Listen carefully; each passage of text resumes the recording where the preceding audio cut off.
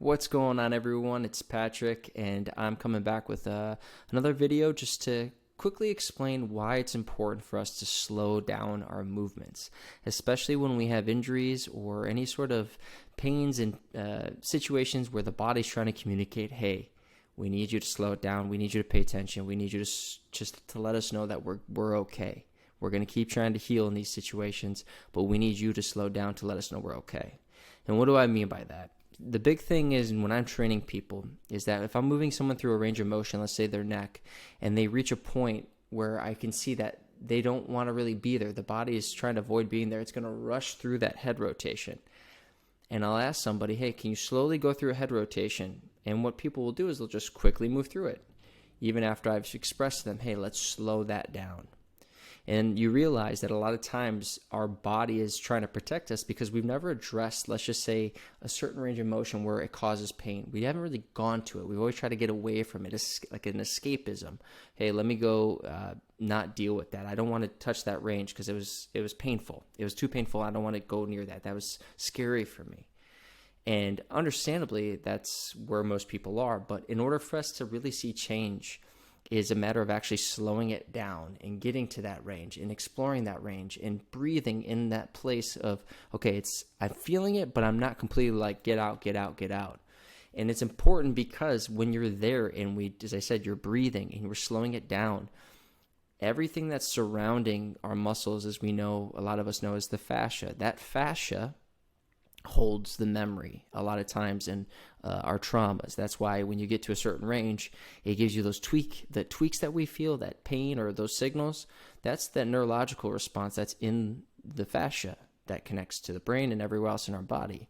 But even more so, that fascia is crystallized water. So essentially, it's the water within our body that's holding the memories to the good sensations, as well as those sensations where it's saying, hey, this is a danger.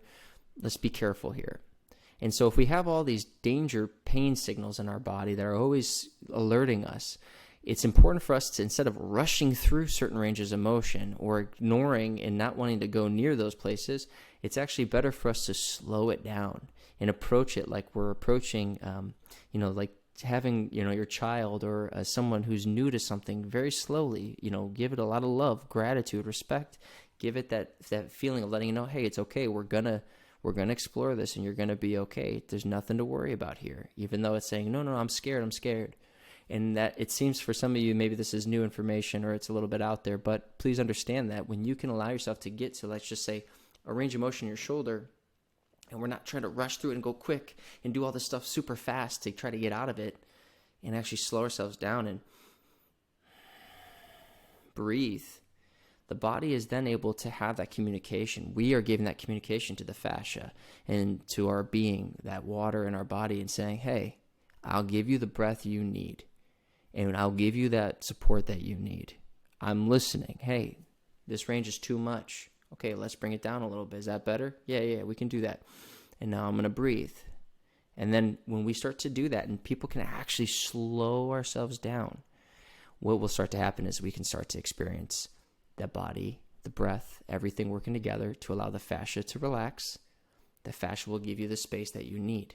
Not that it's not going to be uncomfortable, not that it's not going to challenge us, but it's going to allow us to challenge those ranges. It's going to allow us to be connected to the whole body in those ranges.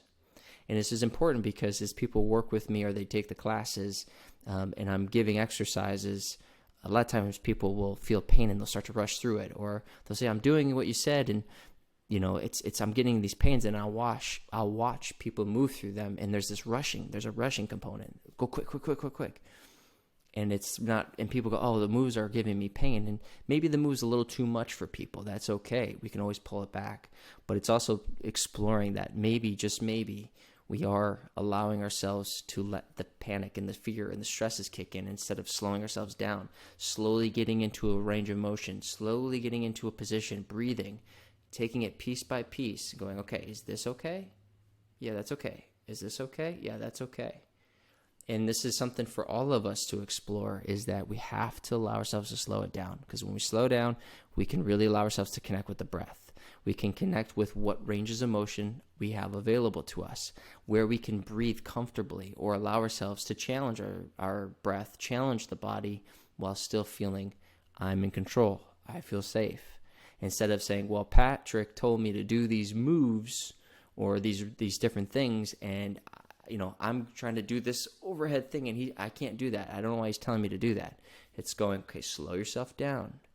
Breathe through what ranges you have available. Okay, if I can only do that, that's all I do. If I can't even do this, let me put my hands close to the body. Let me just hold my hands down here. And allowing ourselves to slowly, step by step, get to those places. So I hope this helps. Again, slowing it down is the key.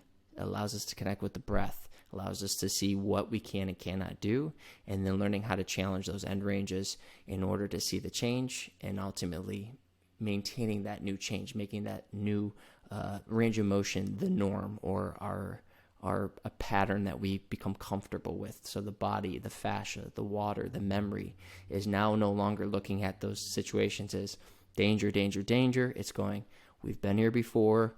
We can do this. We're going to need to take it slow. But once we do that, then we can move forward.